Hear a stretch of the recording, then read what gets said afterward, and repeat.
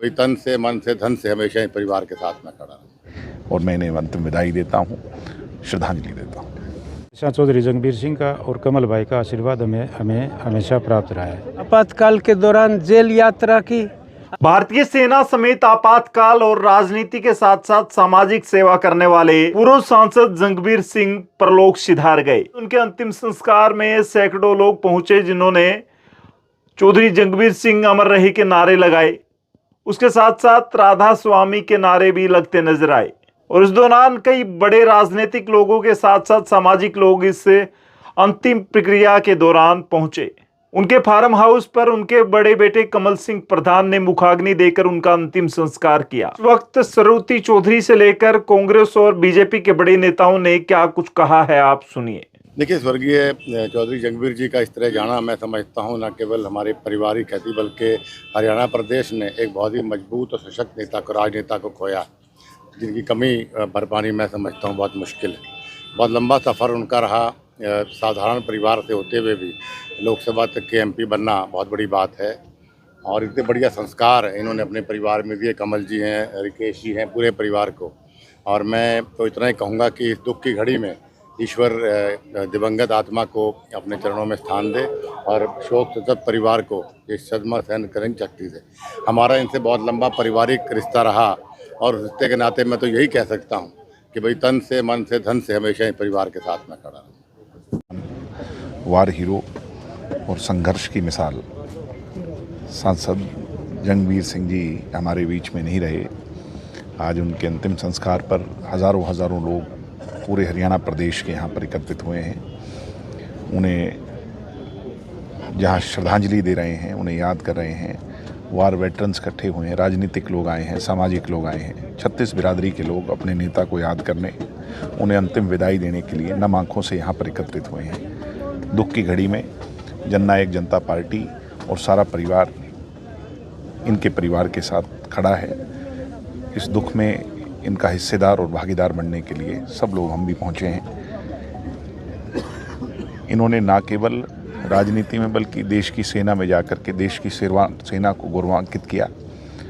वार hero रहे, दो बार जंग में रहे और उसके बाद राजनीतिक जंग में भी देश को राजनीतिक आज़ादी दिलाने के लिए मेरे परदादा चौधरी देवीलाल जी के साथ जब इमरजेंसी की 19 महीने जेलें काटी, वो संघर्ष भी इनका रहा।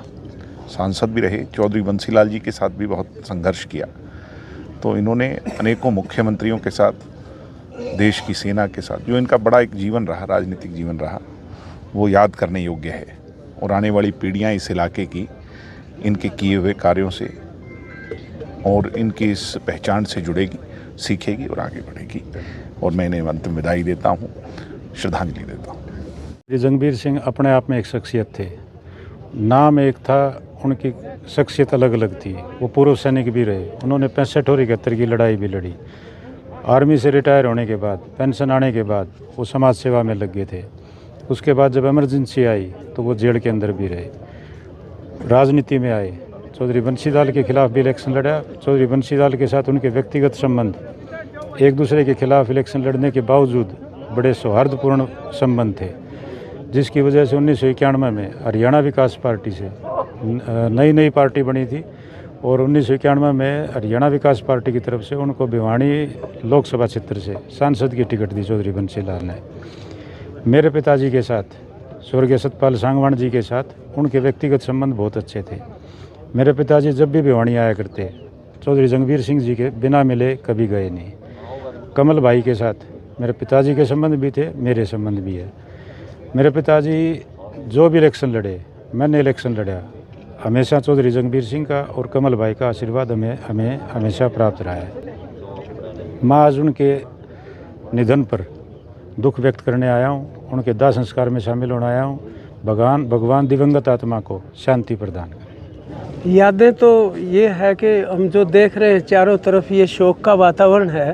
हालांकि वो स्वस्थ रहते थे, इसलिए 85 साल उम्र के बावजूद भी लोगों को एकदम से ना धक्का सा लगा। तो हमारा उनके साथ लंबा ताल्लुक़ रहा। पहले उनके साथ आपातकाल के दौरान जेल यात्रा की, आज उनकी अंतिम यात्रा में यहाँ पर आए हैं उनको अलविदा कहने के लिए, जंगवीर भाई साहब को।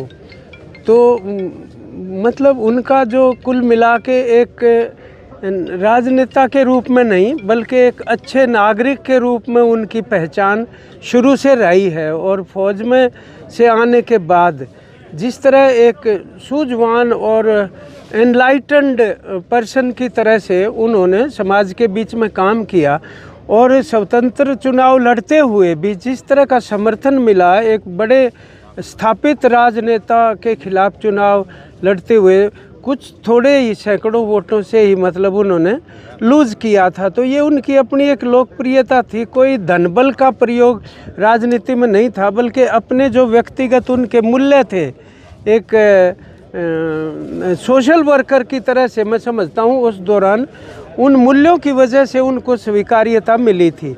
और मैं वो जो 1974 का एक बल्कि पर्चा मेरे पास रखा हुआ मिल गया, 2-3 साल पहले की बात है, वो मैंने कमल को दिखाया, एक दिन भाई साहब को भी दिखाया तो वो हंसे उस पर्चे को देख के।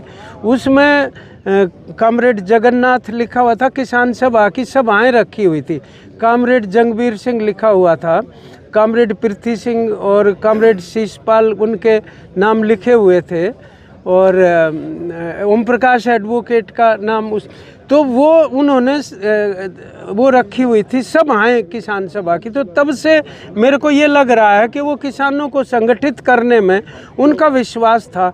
और समाजवादी विचारों से मेरे को जेल में ही पता चला कि वो फौज के दौरान ही मतलब उनसे प्रभावित थे।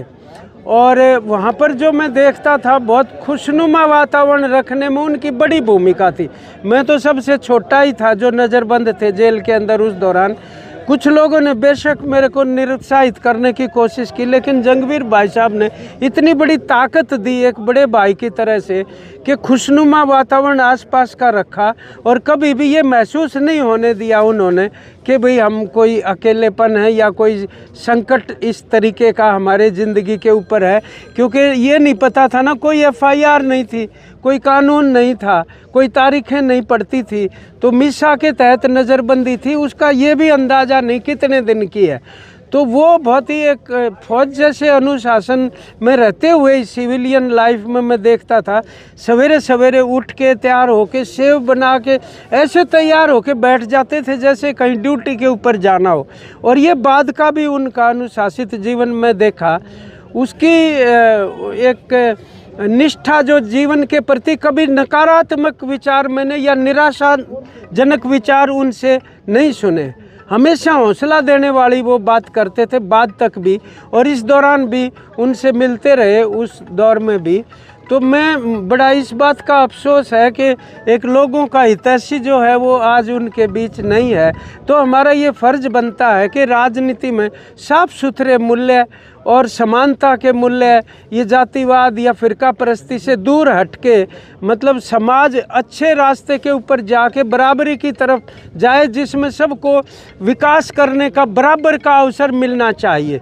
लिंग या जाति या संप्रदाय के आधार पर किसी तरीके का भेदभाव ना हो, ये उनके विचारों का सार था जहाँ तक मैं समझता हूँ।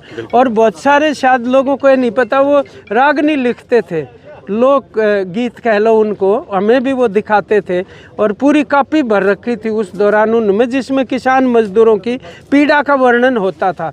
तो आज मैं तो सभी हमारी किसान सभा की तरफ से भी और पार्टी की तरफ से सभी अपने साथियों की तरफ से उनको श्रद्धांजलि अर्पित करता हूं। और हम अपना ये संकल्प प्रकट करते हैं कि जो वो सोचते थे उस दिशा में लोगों को संगठित करते हुए आगे लेके जाएं, यही उनके प्रति श्रद्धांजलि रहेगी। हमने और चौधरी जंगबीर सिंह जी ने वो दौर भी देखा है जब भिवानी में इतनी ज़बरदस्त दहशत थी सरकार की। हम 7 आदमी नारे लगाने वाले, 250 पुलिस वाले उस दौर, उस तंत्र से पहले वाले में। लेकिन वो 7 निडर आदमी हैं और उनमें से तकरीबन आगे गए, कोई पीछे नहीं रहा। मौका कब किसको मिला वो एक अलग बात।